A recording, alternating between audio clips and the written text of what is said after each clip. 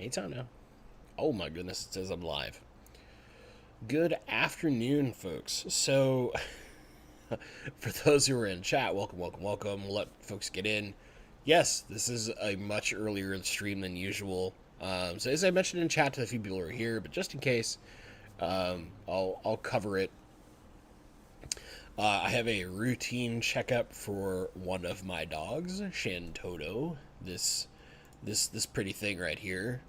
And the only time I could get an appointment at my vet, because basically like everybody with the new lockdowns in Washington State for human malware, everybody went crazy and scheduled appointments. So the only appointment I could get to take that pupper in was today at 5:45 p.m. and my vet is about 25-30 minutes away from where I live. It just depends on traffic. And needless to say, that interferes with my normal stream time. But other than that, I would have to wait until after Christmas. I think the first available date other than today, and this got scheduled last Thursday, last Friday, I can't really remember, my lady scheduled it, was... Yeah, it was just this, or otherwise I'm waiting till, it was, I think, December 28th. If I remember right, was the first available day. So, she it's usual stuff, just taking care of the dogs. Papa Limo's had his visit. Shantoto has to go have hers. She's been shaking her ears a lot, but she's prone to just some natural wax debris in her ears. But, just gotta get that checked just in case, and make sure it's not mites. I haven't seen anything, but gotta get it looked at, all those usual things you do with a pupper. So, yeah, there's that fun stuff. So, today, one of my few days off, because our project as a whole is, kind of shut down this week. And that's great because we've been working our brains out and we've been doing really, really good work. So they kind of forced us all to take time to fish heavier wax problems normally. No, but my dog does. Night Rider, jeez. So yeah, I actually have a few days off, and I've been filling them with trying to get as much maintenance work done as possible. So an example would be tomorrow, before we get into the topic, my extremely overgrown plants for profit tank, I literally just have to tear it down all the way to the substrate. Just tear everything out of it and start it fresh. Oh my god, Nightbot, you're the devil. I gotta go tell Nightbot to stop or something. I don't know. I forgot to take the time to fix Nightbot from not being quite so crazy. But yeah, I gotta take some time this week because I'll have a little bit of time. Anyway, so you guys will probably see a new Plants for Profit video soon. And then I'm also doing, do some updates before I get into the topic. We'll also be doing a big series that got voted on by the members. So usually I do my votes to everybody. I decided just to do this one to the members. And that was just which video do you guys want to see first? Because all the videos that were on the list, they're all getting done. This isn't something where you're missing out. But what was really wanted was the ultimate guide to the Fluval Plant 3.0. That was the one people wanted first. The other options that were on there was Pecco Horror Stories 3. So bringing back My Cousin Henry, which we will... Now that gets really tricky because I did that poll before and now our state is under completely different lockdown rules for human malware. So that might take a lot longer to get done. But it'll get done. I've been trying really hard to organize some stuff. Both me and my cousin Henry have been really busy at work. So he does HR, and his company has been extremely busy, especially the HR people, dealing with all the necessities that go around abiding with the state and helping people work remote who normally aren't used to working remote, and just trying to keep the wheels and cogs working for his company, which they run healthcare facilities, basically put, mostly like elderly care homes, for example. But he worked his way up into the position he is from being like a guy that worked in one of the random branches. And now that he's got that job, like, he's crazy busy, and I'm crazy busy. So that makes scheduling a hoot, especially because, he's got kids and a wife. I don't have that extra burden. I've just got my lady that I take care of and dogs, which are kind of like kids, but not as demanding. Anyway, so trying to get this stuff done. So my goal was, in some of my time off, one, do a bunch of maintenance around the fish tanks. So, filters that need maintenance, get that done. Overhaul the plants for profit tank because it's in shambles right now. It's so overgrown. But funny enough, some of the super rare plants that are in there, like some of the rarest plants I own, are in there and are still doing just fine, despite the fact that you literally can't see them unless you are me and you know where to look for them in the fish room. So all those things are getting taken care of. And then hopefully I will be able to film a ton so that as the holiday season really kicks in, I won't potentially get ruined by how my work is going to be. Because, we're going on a full skeleton crew at this point, and that means that lots of people are taking vacations and stuff like that, and I'm basically the one person who said, I'm not really taking any vacation because my vehicle can't get over the mountains in the snow. So I guess just assume that I'm the front line and will always be here. So yeah, I kind of basically volunteered myself to work potentially even more. Good idea, right? Good idea. Anyway, Fish Room Fever, thank you for the inclination of how my tank is doing. Let's talk about how to become a master aquatic horticulturalist. I've done this before, but not in the way that I'm going to today. So we can take two approaches to this. There's the broad approach, which is, regardless of some organization or whatever giving you a title, kind of understanding what you need to go through to get to that point. And there's approach two, which is specifically how to earn the Master Aquatic Horticulturalist title in the program I'm building for the online program, right? Because I have the groundwork all laid out. It's literally the tech side that I'm trying to get done, and COVID has made just impossible because all the people that owe me favors are working way too much, myself included. The great part about tech is that you can work even through some of the worst times. The bad part about tech is that in the worst times you work significantly more, because typically those essential staff there's so much stuff that has to get done that you end up working just a load. Yeah, just be prepared for Nightbot. Don't use too many caps. Clyde's trying to get slammed by Nightbot for 5 seconds. So, let me talk about that briefly, okay? And then we'll get into the questions and answers just like usual. I'm going to try not to run overtime because I know that Susan, SLC Aquatics, is at 4 Pacific, 7 p.m. Eastern time, and I don't want to rip into her stream. So we'll do this briefly. So I can do both. I can teach you both in one fashion. And here's how this rolls. Becoming a master aquatic horticulturalist is not about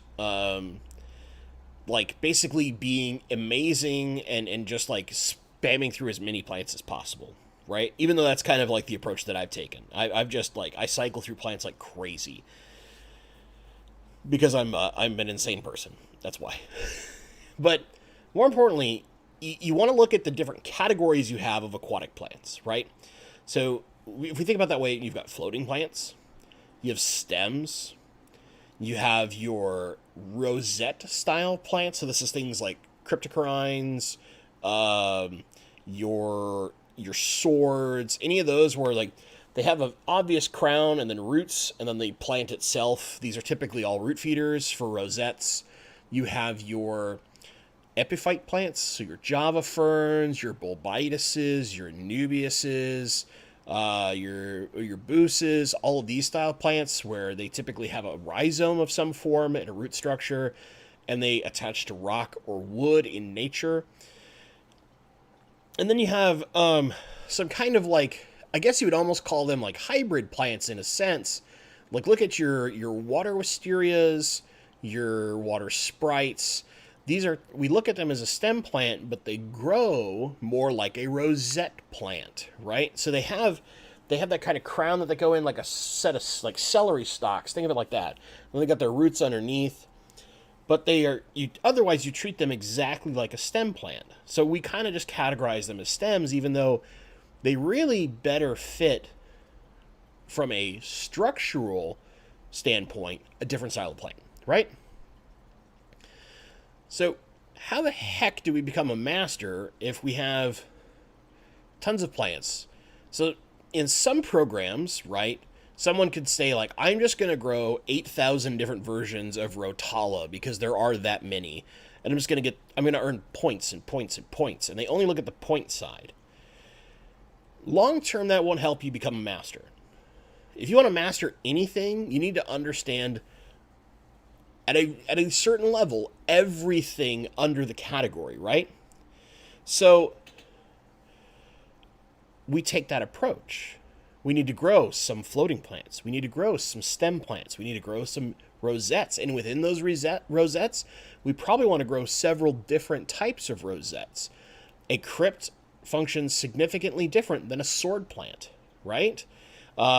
Things like your Lagonandras, they're kind of a rhizome, kind of a rosette. They function very differently than crypts, and yet kind of like crypts. So understanding each of these major categories and the small categories within them, right? So like, let's go to epiphyte plants. Anubiases all in general grow and can be propagated and harvested the same way, right? But that's a little different than Java fern. Java fern can be propagated in two different ways. You can divide the rhizome and pull the chunks apart and make multiple plants, but you can also cause the seedlings on the back of the leaves to sprout, and that's an adventitious child plant, is what that's actually scientifically referred to as. And there's ways to cause that. So if we're going to become a master at this, the first thing that we want to look at is getting a couple different plants from each category. Go with the simple stuff. Go easy. Get yourself an Anubias. Get yourself a Java fern. Get yourself a bulbitus, right? They all grow kind of differently, but that covers all your epiphyte plants really quickly. You could get a boost too. Boost propagates slightly different because it's the way its rhizome grows compared to an Anubias. Do all those, observe the differences. Look at the differences in how they grow, how fast they grow, how you propagate their child plants. Pay attention to their nutrition needs and their light needs. Each one's a little different. Now we move to stems, right? Inside stem plants, there's tons and tons of stems. You could become a master aquatic horticulturalist through the Greater Seattle Aquarium Society by only doing stem plants, right? But you really wouldn't be a true master. You wouldn't have learned everything. So how do we do stems? How do we figure out stems at a basic level to then advance our knowledge if we decide we want to push further? Try one of each of the major types of stems. So if you look at stems and the way they're structured, a hygrophila grows different than a rotala. grows different than a Pogostemon, grows different than a Ludwigia. Those are really like the four. The fifth would be looking into something like a Limnophilia, but those grow kind of like Pogostemon. So if you get those four, get a Ludwigia species, Ludwigia repens. Get a Pogostemon species, Pogostemon octopus. Get a Rotala species, Rotala rotundifolia. Right? And then you get a Hygrophila species. Look at like Willow Hygro or Augustifolia, Corymbosa, any of those simple Hygrophilas. Most of them are pretty easy. Grow one of each.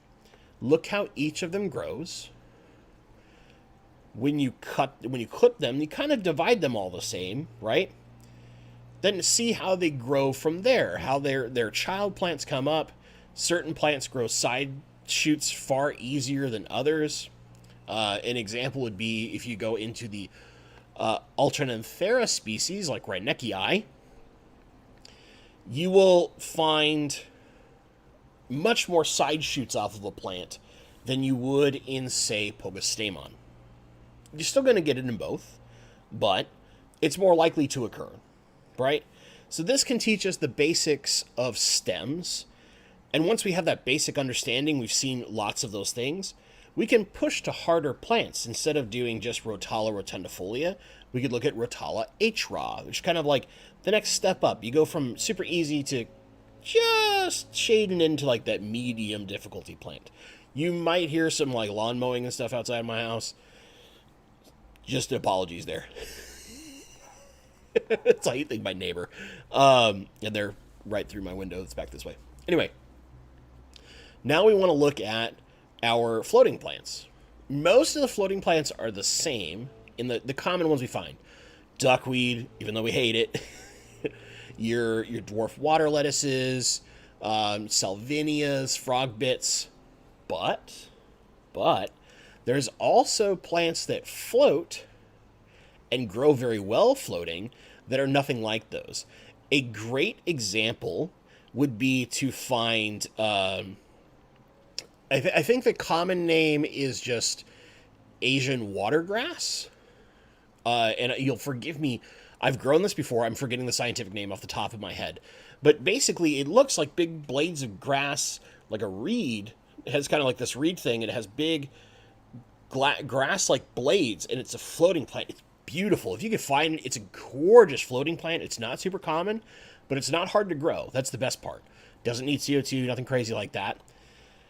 But you can also grow things like wisteria and water sprite floating, like they are just giant versions of water lettuce, and they create these super cool root structures that are great as like natural spawning mops.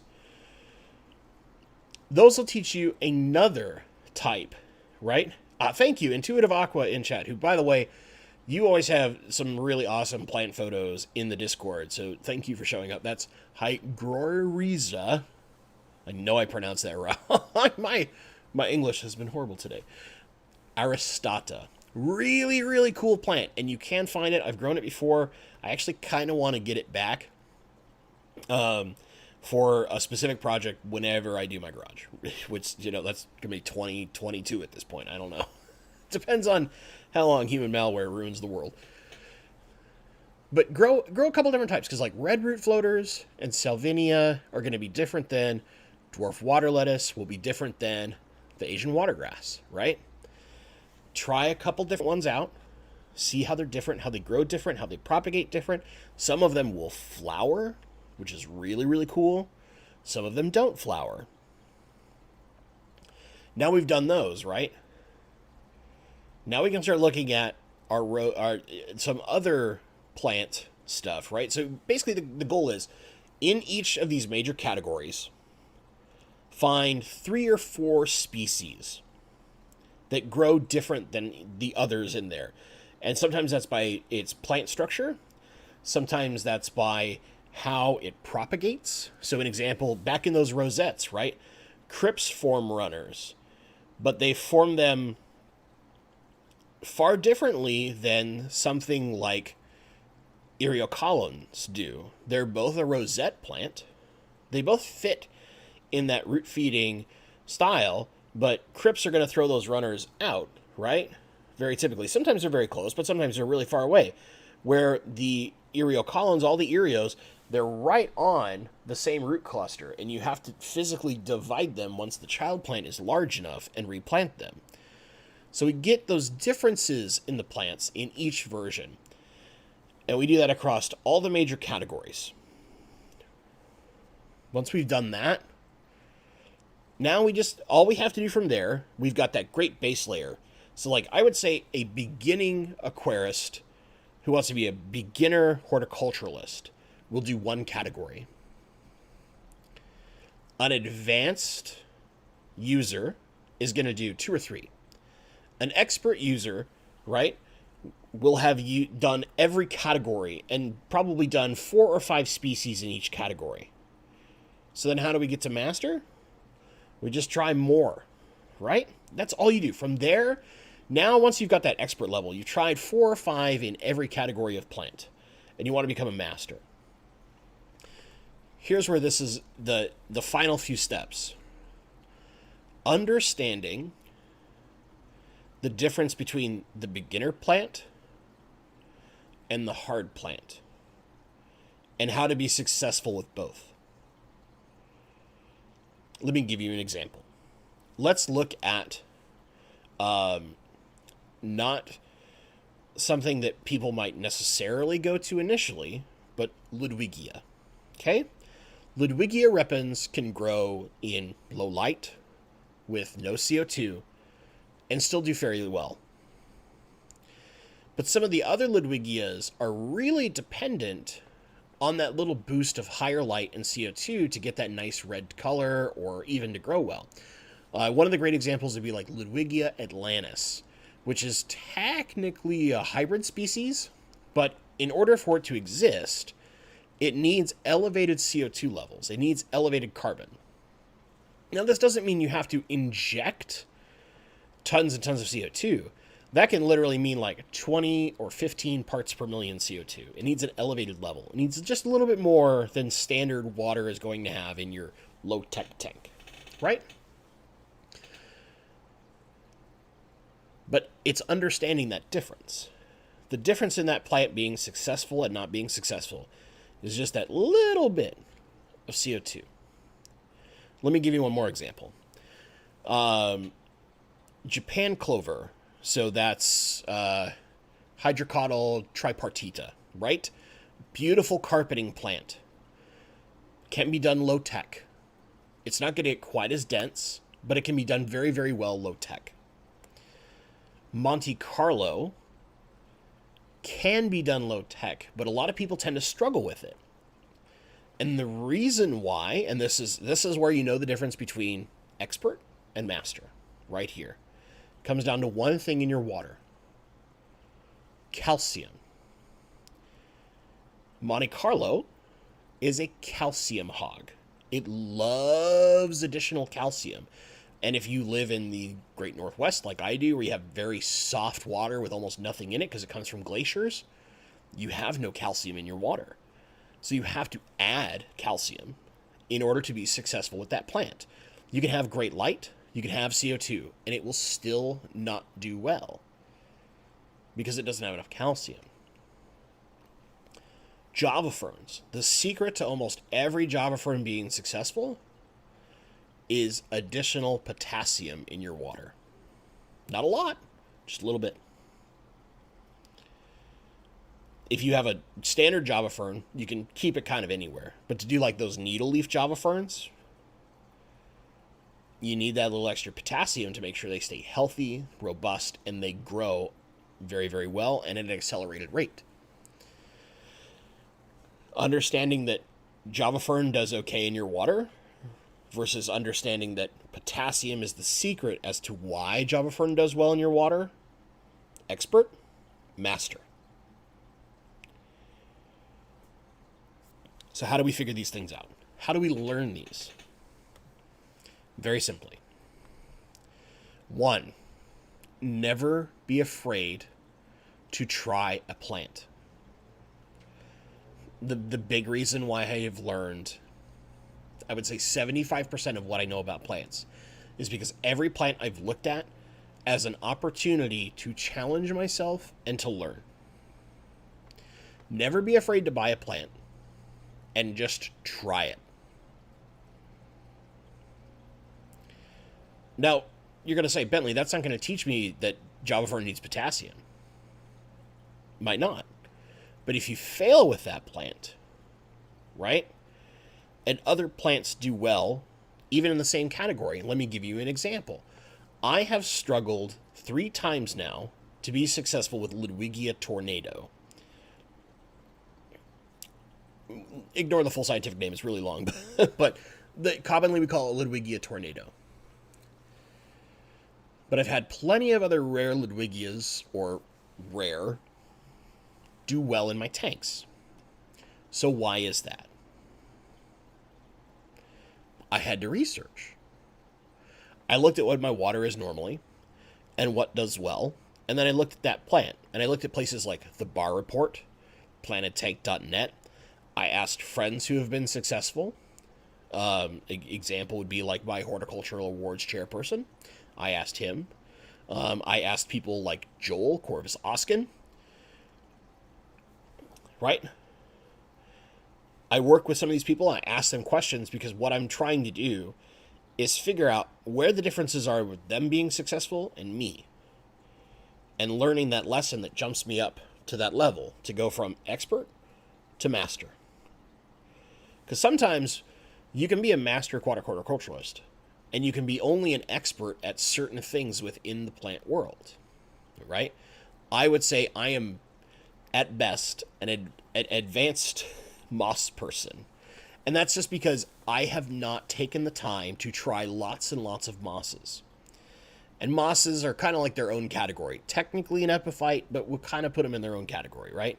At least for my online program, moss actually sits in its own little category. Because I think it's worth doing it that way. It acts so uniquely compared to a lot of other things. But I can tell you that I'm an expert crypt user. Easily. Probably a master. I'm really good at keeping crypts. I love crypts. Right? So there's all these things that you can learn. Look at them as challenges first. And then second, don't be afraid to research. Don't be afraid to look at, the Bar Report, planettank.net. Ask other people who have kept it. Ask the person you bought it from. Like if I buy a plant from Boost Plant, right? Or Aquarium Co-op or Dustin's Fish Tanks, whoever it may be, pick a person, right? Ask them when you have trouble, or if you're just getting it for the first time, what conditions they have had success with. And then identify whether or not you can do something similar, and then try it. Failure is an opportunity to learn. It's how I always look at anything in life. Anytime I mess up, that is just a lesson to be learned so that I can become better at something in the future. That's the real thing. Like, honestly, one of the biggest things about mastering in anything is accepting that failure is inevitable and learning when failure happens. I've screwed up plenty of plants. I've screwed up with fish. I've screwed up with all sorts of stuff in our hobby. But every time I've learned from it. And every time I learn, it makes everything else I do in that area of aquatics better. Because I can apply it universally going forward as a lesson. Right? If you want to succeed, the first step is to fail. No joke. You will have better success learning from a failure than you will if things just go your way the whole time. Right? Because you'll take those failures and they suck and they hurt. They might hurt your pride. They might hurt your, if you get a fish that you really like, it might be an emotional thing if you have a failure with it. But you're more likely to learn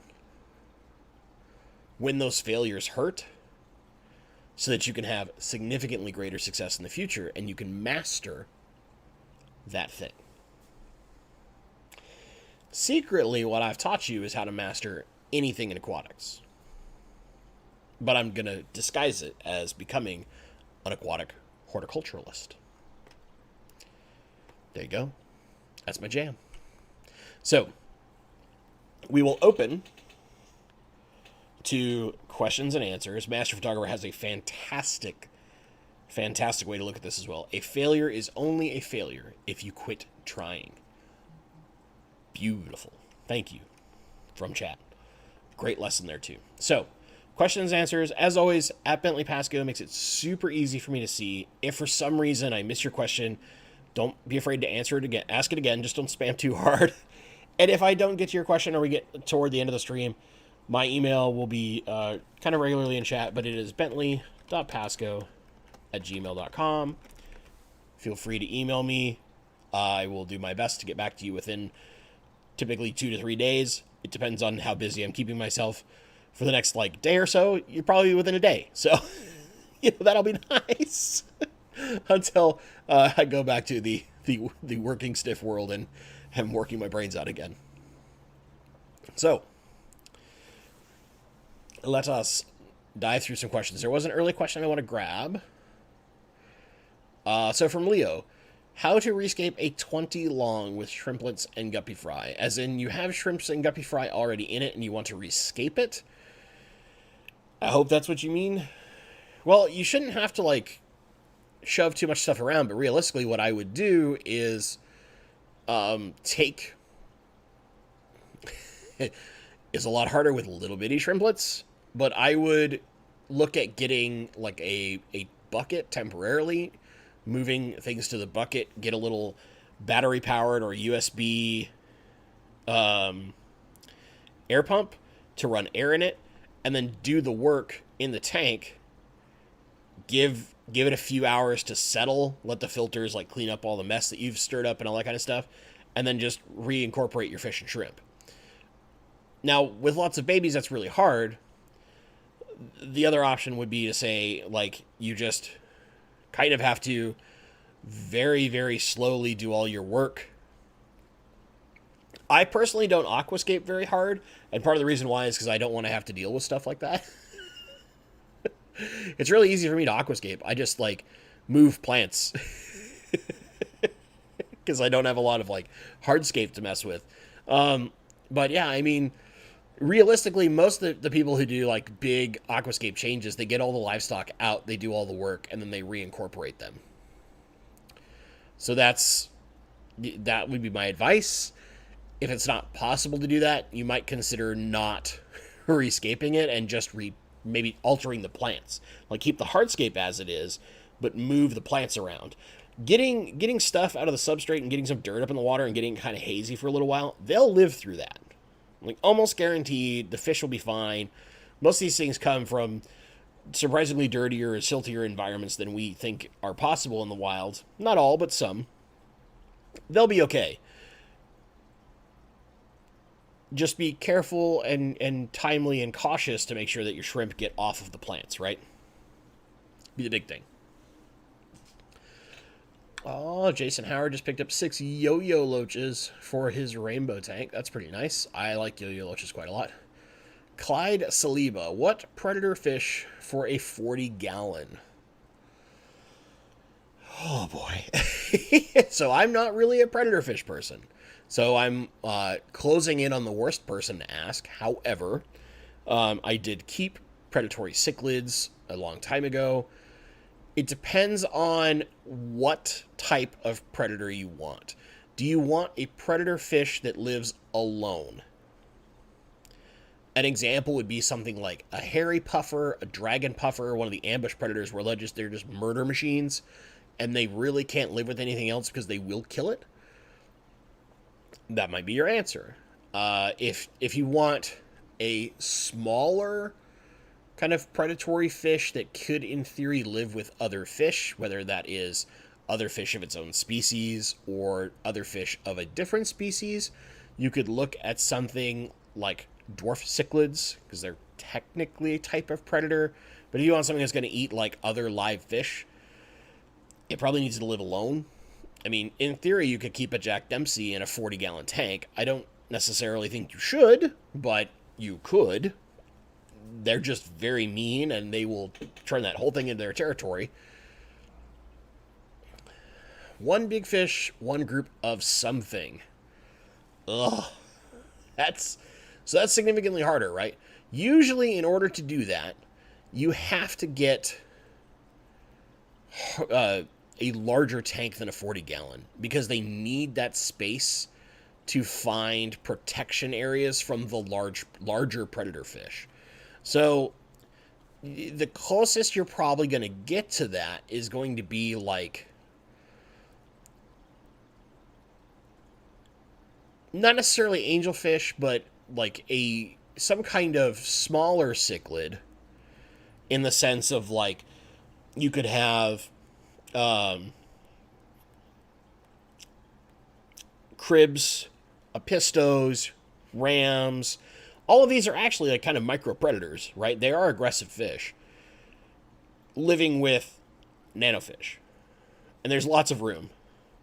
But if you're trying to find a true predator fish, it probably would need to live alone in a tank that size. And you would incorporate, unless it was stuff it couldn't kill. So an example would be like, you're kind of unlikely to see a Jack Dempsey eat snails, right? Not as likely as, say, a puffer, which will just destroy anything. Certain loaches technically act like predators against certain things, like snails and shrimp. So in theory, you could have those as a predator fish. Some of the bigger eels are definitely like predatory, but eventually they get much bigger than a 40 is going to be able to handle. So yeah, the thing is, like, predator fish inherently by their nature, the second something fits in their mouth, they will kill it and they will eat it. So having a predator fish live with something else in a 40-gallon tank or a 4-foot space is really hard. Now, in theory, if you have exactly 4 foot, you can fit a 120-gallon tank. That's 4 foot by 2 foot by 2 foot. And now you can look at something like a flower horn or several other, the Exodon paradoxus is a predator fish that is smaller. I'm not really a predator fish person. I don't like mean fish because then it means I can't do half the things I like to do in a tank. Which is like, I can't really have a lot of plants because the predator fish tend to destroy those things. Yeah. I mean, in theory, if you really wanted to go that route, so you could also, as you're mentioning in chat, you could have a predator fish that is small and bigger fish that are non-predators. And then at that route, you could look at scarlet batis, which are technically a micro-predator, or some of the others I've mentioned, and like some rainbow fish, right? But yeah, I don't know, man. I'm the worst person to ask about predator fish. There's lots of other people who are much better to ask about predator fish out there. Even some of the African cichlid guys, because African cichlids tend to be kind of predatory. They can get real mean and nasty. You might try asking Corey from Aquarium Co-op. He used to keep some of the oddballs and some of the predatory stuff. You could ask the Cagey Tropicals. They have kept all sorts of different stuff. You could ask some of the people that specifically keep large predatory fish. I'm like the worst example, is basically what I'm trying to tell you. There's some options out there, but I'm probably not going to give you the best setup because, one, I'm just not into those fish in the first place anymore. I kind of dug them a little bit in college, and then I realized that I just like schooling plants way more. Oh yeah, gold ocelotus. Those are mean little buggers. You can fit a ton of those in a 40 in the sense of like a couple of groups, but they'll start fighting each other like crazy. Good call, Sean. Oh boy. Max Fish. I just noticed my Nubius that is about 10 inches long just got half its rhizome turn yellow. Leaves from that rhizome have normal dark green veins, but the leaves are lightening up a lot.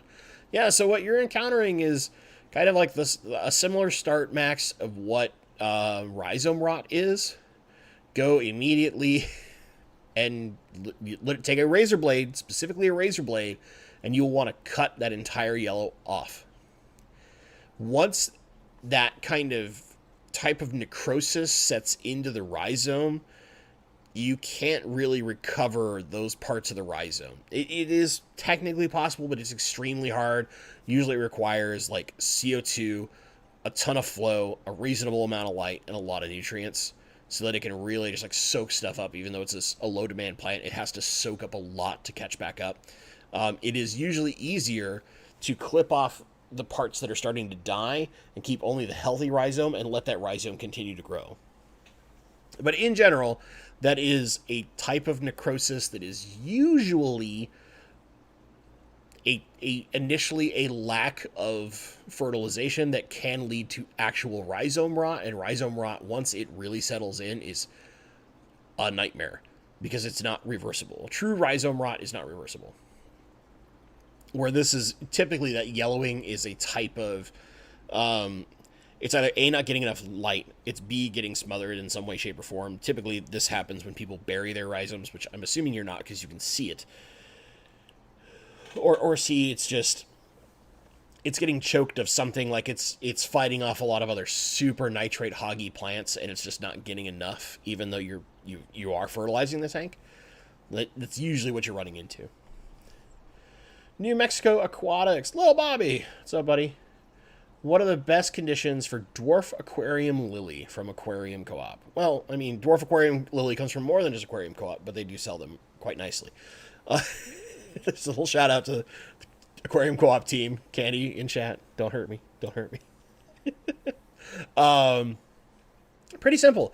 Like, you don't want to go too hot. I've noticed that most of the Nymphaea species in general, so like all your lilies and your lotuses and all that stuff, they tend to like that like 74 to 76 range is a really optimal temp. They'll go cooler, but you don't want to go like 82, 83. You really don't want to go much higher than 80. And honestly, I've seen better growth out of those types of plants in that like 74 to 78 range than I have pushing any higher than that. Make sure that the bulb is above the substrate. Don't bury the bulb. When the plant's coming, you'll basically let it grow if it hasn't grown in already, if it's from a bulb. If it does have a plant, it's a rosette style plant, so they've got that crown of roots and then the plant. Get that buried in there, and don't be afraid to bury part of the plant down. It'll be fine, right? And then just make sure that it's getting plenty of light. They love light. That's why they're always reaching for the surface, is because once they get to the surface, not only are they getting atmospheric CO2, which is going to drastically increase growth, but they get unfettered light. There aren't other plants choking out their light source, and they do significantly better when they just get tons and tons and tons of light. Now, that doesn't mean, like, take the strongest light you've ever seen and put it on there. That can cause algae without sufficient water flow, but give them basically unshaded light. And a little bit of root tab goes a long way. They'll do fine. If you want more of those yellows and reds out of it, a little bit of extra iron. It'll help.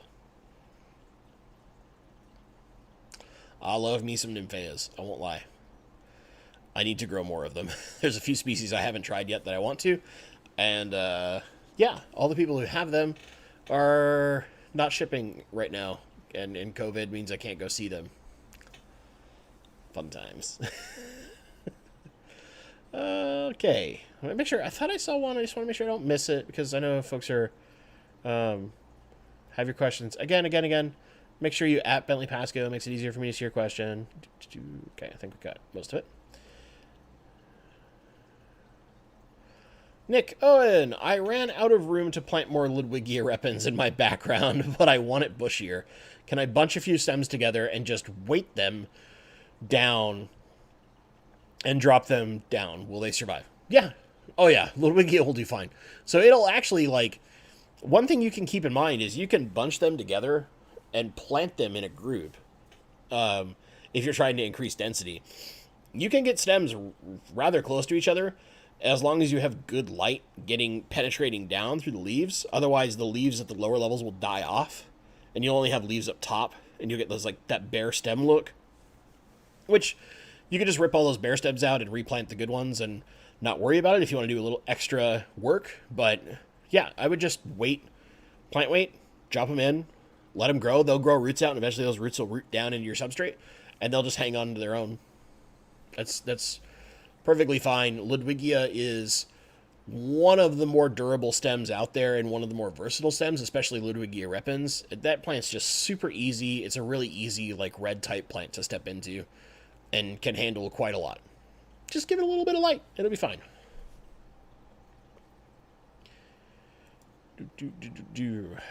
Okay. Sorry, chat jumped on me a little bit. Uh-oh. Nightbot.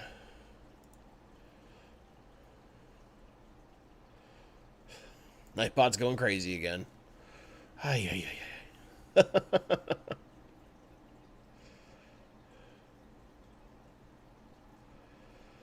Okay.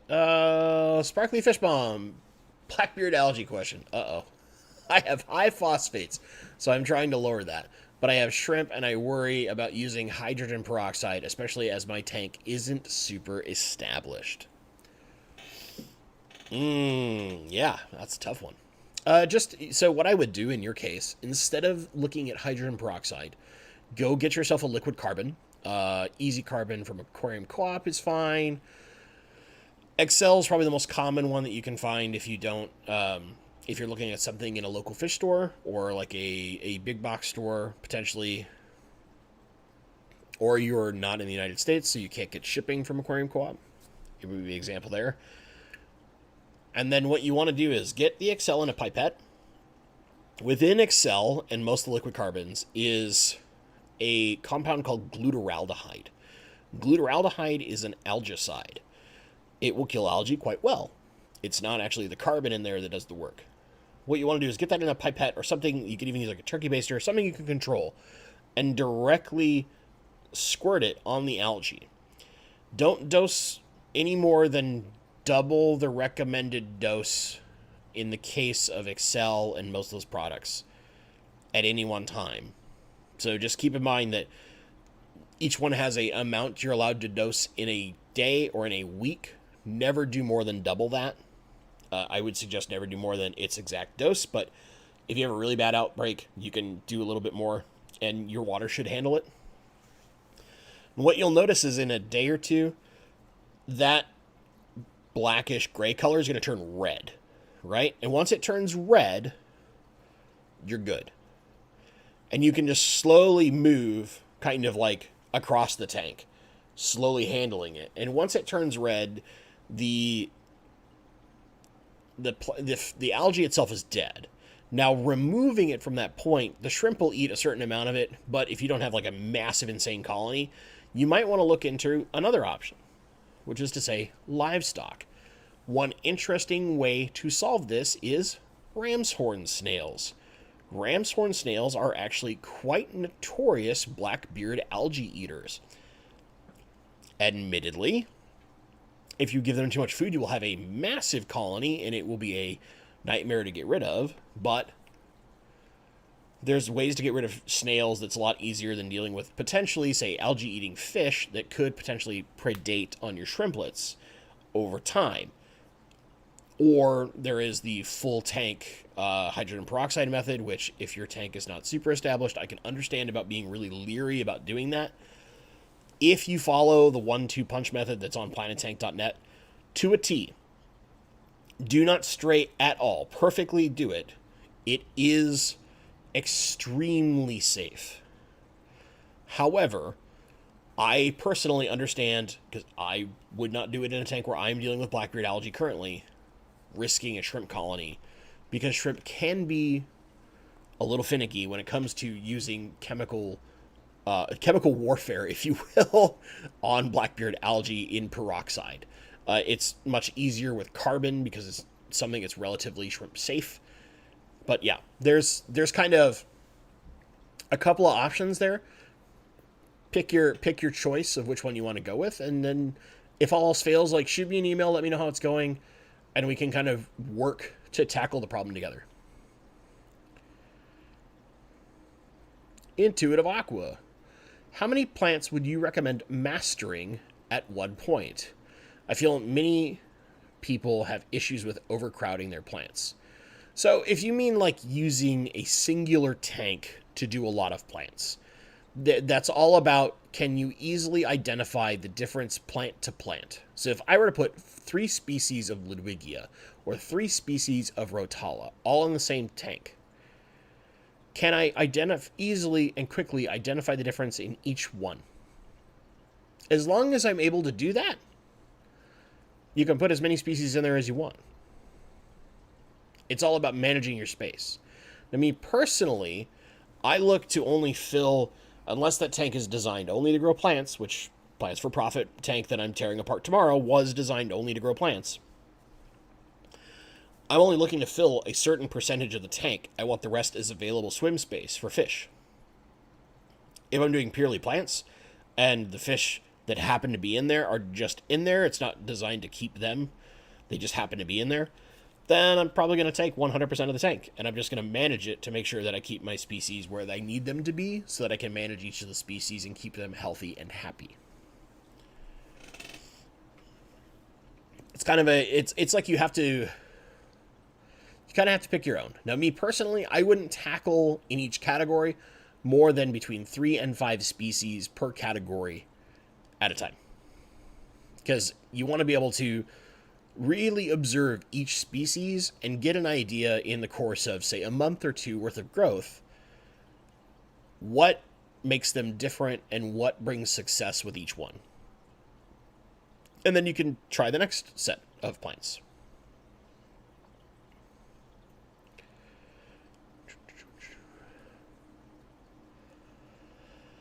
Night Rider, at Bentley, I have grown many easy plants, no problem. I cannot grow Anubias. No idea why, but don't care. I want to grow Kabamba. I'm afraid because highlight. Give me Kabamba tips, please. Most Kabambas, really all they care about, because they're big nitrate hounds, is having a good amount of nitrates and a little bit of flow. They actually like flow. So if there's a touch of flow, like going crosswise on a tank, kind of like faux stream, but not really, really heavy. An example would be, I used to grow Kabamba in a 20 long with a Fluval 306 filtering it. And I didn't limit the flow at all. But it came from one side that shot straight out to the front wall and then would slowly spin around, and the intake was over here, right? So I had this kind of flow pattern. And the Kabamba grew like wildfire. It loves fish, because a high density of fish will give it extra CO2, and then it will produce lots of oxygen and grow like crazy and take your entire tank over if you let it. Kabamba's relatively easy. Now, some of the purples and the red Kabambas are slightly harder, and really all that comes down to is just more light. If you're already high light, they should be fine. I gotta like make Nightbot chill in its settings later when I have some extra time tonight. I'm sorry, man.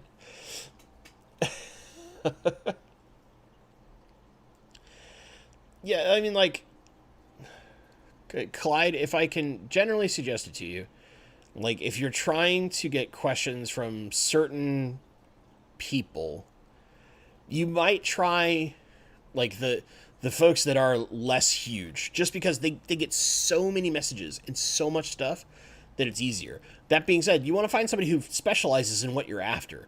Like, I'm a rainbow fish and plant specialist with a passing love for a few other things. So asking me about predatory fish is basically going to, like, it would be like me as a freshwater person going to a saltwater person and going, hey, tell me about goldfish, right? It's the wrong person. That's really what it comes down to. And there's probably a good example. I just have to really think about it, and I don't want to take too much time of me going, who's the right guy? You know what I'm saying?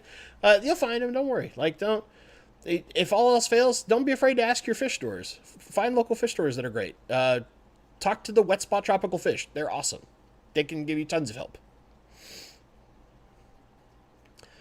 I want to make sure that I'm not missing any questions. I know that I got to jump through chat here a little bit. Oh my god, Nightbot, stop. That's it. Killing Nightbot. One moment. I'm gonna take Nightbot's moderation power away. It's just like ruining everything. Oh, Nightbot. Oh, Lord.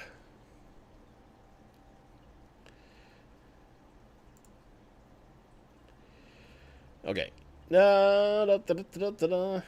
Richard Costa, do you think 50% power on a Fluval 3.0 is enough light for Pogastemon helferi? Maybe a silly question. Yes and no. It depends on how tall the tank is. So, in a, like, 20 long? Yeah. In a 125 gallon? No. So, that'll be part of what's coming up in the, like, the ultimate guide to the Fluval plant light, is it's all about the height can tell you a lot about the power. Yeah, I was hoping I would have time recently to, like, go through and fix Nightbot, but then I didn't get time.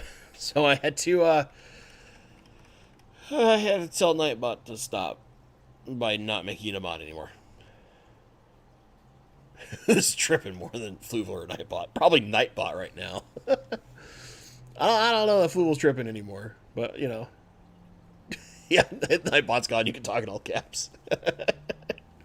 Okay, so we got about like 4 minutes left. Next up on the stream machine, what is going to be Susan from SLC Aquatics. If you guys want to just kind of roll stream to stream, she starts in like 5 minutes.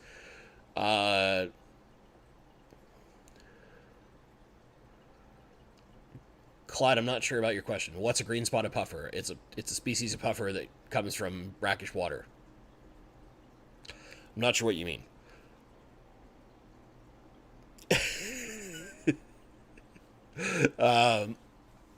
Yeah. Ruth. Hello, I've been keeping extra plants immersed in containers with sand and ferts. Will you be doing a video on advanced immersed plant growing? Will I be? Maybe eventually? So I personally don't grow very many plants immersed. And that's a, how do I put that? It's a philosophical choice. I like making sure that the plants I grow will be successful completely immersed. Because there are some plants that you can grow submerged really, really well that don't do well, emerged will grow really well, but don't do well submerged. There is certain, like, species of Piptospatha, for example, which is a plant a lot like Boos, but it actually struggles significantly more underwater than Boos does. Even though it's a super pretty plant and can be done, it's just very hard. And there's some other plants out there that are like that. I would love to do it if I could get one specific person to talk about that, but that person, like, refuses to ever be on a YouTube video, period. And that, how do I put this? Kills me, because that guy knows so much and is so awesome. And yes, you could argue that right now my Plants for Profit tank is immersed, but only for like 4 species of plants that are in it. Tomorrow it will be empty, as I'm going to rip that thing apart, and I'm going to decide what I do with it next. I haven't figured out my exact answer. Yes. Let me see here. Let me go find it. But Master Photographer has a question, and I want to make sure I answer it. What did you skip around on me, old chat? Did I literally skip a miss? Haha, there it is. Can I grow low light plants in the shadow of highlight plants? Ooh, Master Photographer, that's a great question. Let me give you some examples. So the short answer to this is yes. So like a great example of how you'd make this really successful. The Boos brownie subset of species, like brownie blue, brownie brown, all that kind of stuff, brownie ghost, all those things, right? They get that really cool color sheen and pattern in extremely low amounts of light. That's the easy way to get them to express that. So the way that we do that is we purposely shade them in a high light, high CO2 tank, right? And not always like high CO2, but in a high-tech tank where you've got CO2 and good light and really great nutrition and all that kind of stuff. We purposely get plants that are growing over the top of them to shade them out. So things like your Anubiases, your Buces, all this stuff that if it's under high light is prone to get like algae on the leaves. If we move that under the shade of other plants, we no longer get those problems, but they'll still grow very well. Crypts grow great in shade. Bus grows great in shade. Anubias grows great in shade. Certain Java fern grows better in medium and lower light than it does in very high light. So an example would be, like, other than Anubias, Bus, Crypts, let's take a plant that is relatively undemanding, right? And simple, and doesn't grow all that tall. Java fern Windalov, right? Cool, it's got that lacy leaf thing at the ends. Really nice. Doesn't need super high light. Now let's take something that loves a lot of light and keep it manicured so that it just shades. Rotala, right? All those big, beautiful red Rotalas, like the H-Raws and the mini butterflies and any of those, or you can go really crazy. You get those right over the top, right?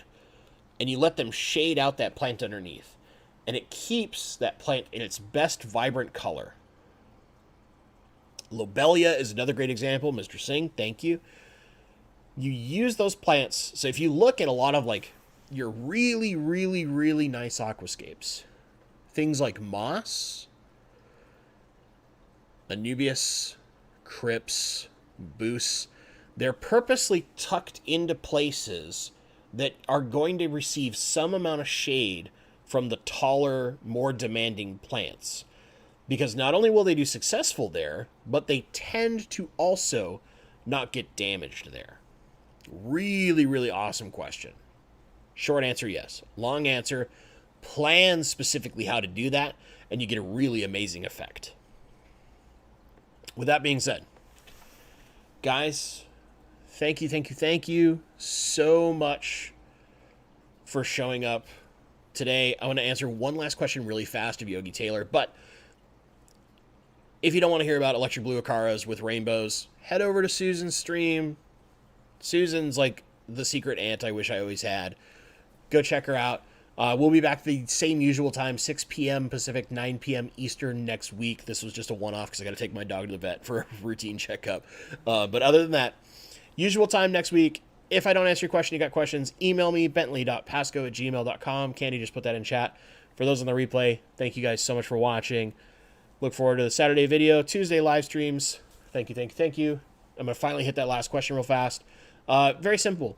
Electric blue acara can do really, really well with rainbows in a 75-gallon. Just don't have too many, and hopefully don't have them start spawning, because the second they start spawning or building a spawning territory, they will get significantly more aggressive, and they will beat the rainbows up, even though the rainbows are way faster a fish. You're actually better off in like a 6-foot-long tank or a 5-foot-long tank having that combination, but you can do it in a 75-gal. Just I would keep no more than like 1 or 2. Don't have too many of them.